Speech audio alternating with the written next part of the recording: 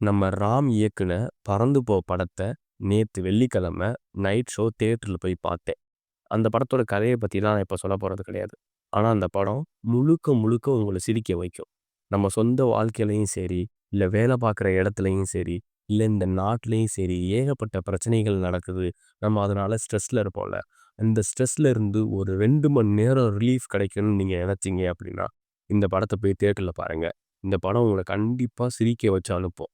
படம் ஃபுல்லா சிரிக்க வச்சு, கடைசியில சிந்திக்க வச்சு, ராம் உங்கள தியேட்டர விட்டு அனுப்புவாரு. இந்த படம் எந்த அளவுக்கு காமெடியா இருந்துச்சு அப்படின்னா, படம் முடிச்சு வண்டியில வந்துகிட்டு இருக்கும்போது கூட, அந்த படத்துல நடந்த காமெடி நினைச்சு நான் சிரிச்சுக்கிட்டு இருந்தேன். அந்த அளவுக்கு இந்த படம் காமெடியா இருந்துச்சு.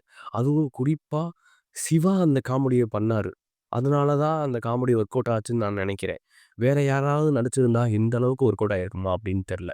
அதே மாரி அந்த படத்துல நடிச்சிருக்க சின்ன பையன் சூப்பரா நடிச்சிருந்தான். அவனோட அவனோட அம்மாவா நடிச்சிருந்தா, அவங்க சூப்பரா நடிச்சிருந்தாங்க. மொத்தத்துல சொல்லணும் அப்படின்னா, இந்த படம் உங்கள 2 மணி நேரம் நல்லா சிரிக்க வச்சு அனுப்பும். போய் தியேட்டர்ல பாருங்க. அப்புறம் ஓடிடில வந்ததுக்கப்புறம், "ஐய்யய்யோ! தியேட்டர்ல பார்க்காம மிஸ் பண்ணிட்டோமேன்னு" ஃபீல் பண்ணிக்கிட்டு இருக்காம.